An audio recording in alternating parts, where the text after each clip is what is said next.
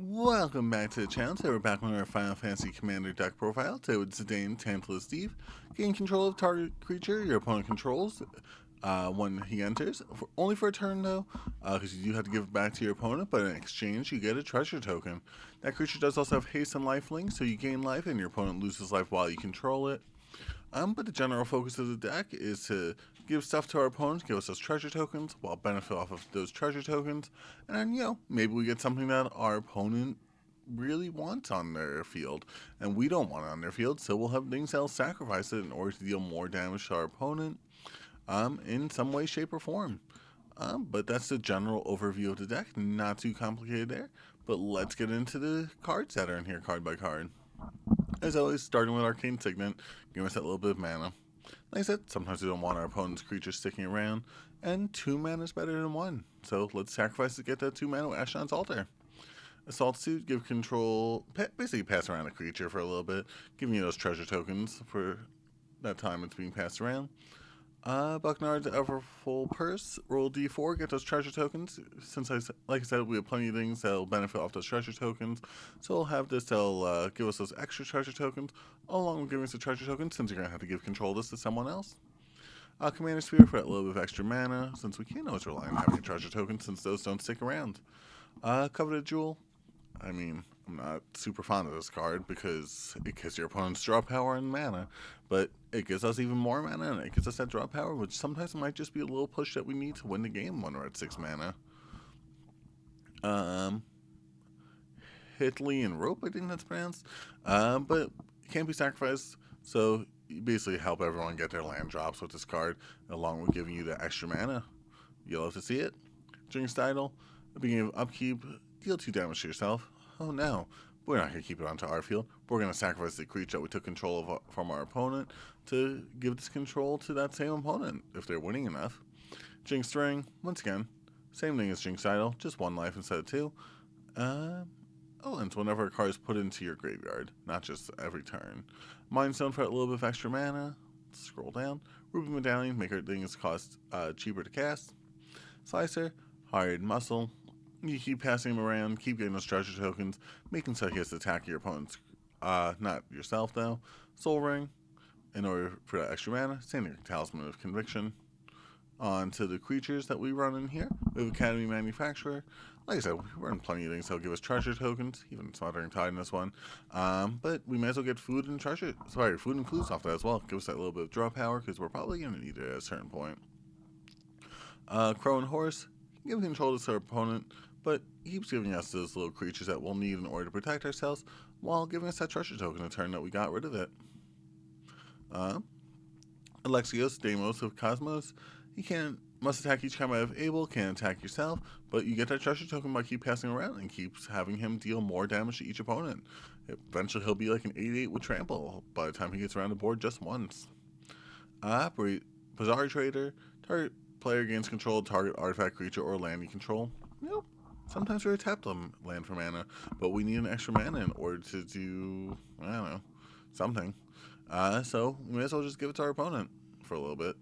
Brian's Stout Arm, sacrifice another creature, deals damage equal to creature's toughness to our opponents. Like I said, we don't always want our opponent's things that we take control of sticking around. Treasure token's not the only thing that we want. Captivating Crew, gain control of target opponent for a turn. Not target opponent, target creature and opponent controls. So we may as well just have plenty of things that'll do that in here as well. This Flutus guy will do the same thing as well. Goblin Cadets blocks or becomes blocked, target opponent gains control of it before it doesn't get removed from combat. It doesn't deal any combat damage. So, it'll give us a treasure token now. It'll be good turn 1 play. Well, really turn 2 because you have to swing in with it. Goldspan Dragon, give us those treasure tokens, give us a little bit of treasure token synergy while we're at it. Humble Defector, draw 2 cards, target opponent gains control of this card. A little bit of draw power, a little bit of treasure tokens. All the stuff we like to see in this deck. Karn the Betrayer. Karn the Betrayer attacks or blocks each combat if able. If you lose control of Karn, draw 2 cards. We like losing control of Karn. We like drawing cards. If damage would be dealt to Karn the Betrayer, prevent that damage, and an opponent of your choice gains control of it. It only has 1 toughness, so that's going to be happening a lot. And White Orchid, like I said, we're in Boros. We don't have many ways to get lands onto the battlefield, so it'll take what we can get. Magda, the Horde Master, commit a crime, create a tap treasure token. This ability only happens once each turn. Gain control of target opponent or creature. Target creature or opponent controls. I keep doing that in reverse for some reason. Counts as that, so we'll get an extra treasure token, and we can sacrifice Doreen in order to get a dragon with haste. Molten Primordial. When Molten Primordial enters the battlefield, each opponent gain control up to one target creature that player controls. Get them back. Get those treasure tokens. Get those that damage in with our opponent's creatures. Rational Facebreaker, giving us that treasure token. Solemn Simulacrum, giving us that land. Stillskin, Moogle Merchant. Like I said, sometimes we just want our opponents to have some stuff, and we want to draw cards. Let's do it. Treasure Nabber. Opponent taps an artifact for mana, gain control of that artifact until end of your next turn. So we have to give it back to our opponent. So they tap their Soul Ring, we get a Soul Ring and a treasure token after we're done with Soul Ring. Zorn, if we're getting a treasure token, we may as well get another treasure tokens. Yes, man. Professional Securitron. Target opponent gains control of this creature, put a quest counter on it, leaves the battlefield, get that many tokens onto your battlefield. It's really just the treasure tokens that we're looking for, isn't it? Yuffie, Materia Hunter. You gain control of your opponent's artifacts until Yuffie leaves the battlefield. So, gives us treasure tokens, gives us the Soul Ring for a little bit. Oh wait, actually. Yuffie gain control of target non-creature artifact as long as you control Yuffie. Yeah, no. Okay, this is just a secondary ability of attaching equipment. And then Zealous Conscripts, gain control, target opponent, your creature's control. Target creature, your opponent's control. I'm kind of curious how many times I'm going to mess that up the rest of this video now. We already did. Oh, yeah, no, that's the end of the deck anyway. Alright, on to the second half of the deck. We have Alchemist Talent. Let's double up on what we could use our, what's it called for? Let's deal damage to our opponents so we actually have a way to win the game, not just relying on what our opponents have.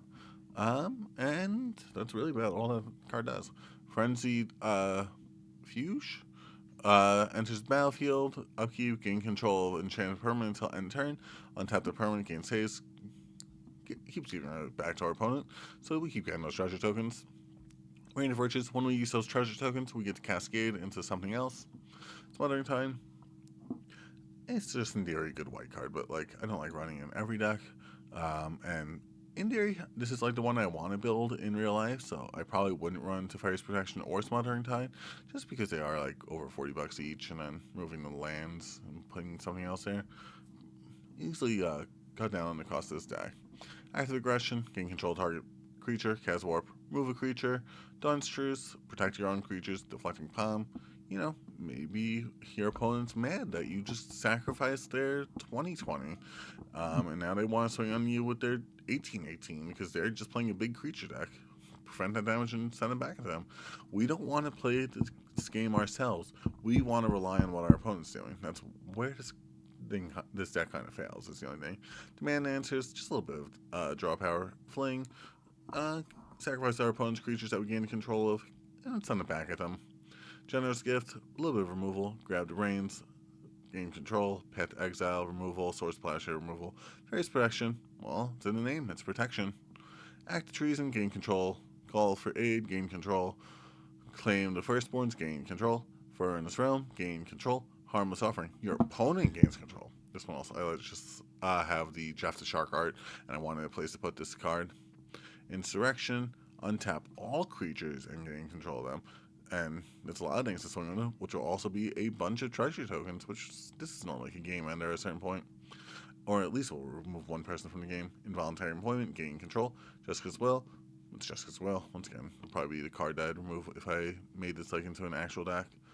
Karizev, gain control. Mass Mutiny, for each opponent, gain control. Ma Brule, gain control of all creatures. Prize Loyalty, gain control of target creature. Seize the Spotlight, gain control of each player who chose to not give you a treasure token.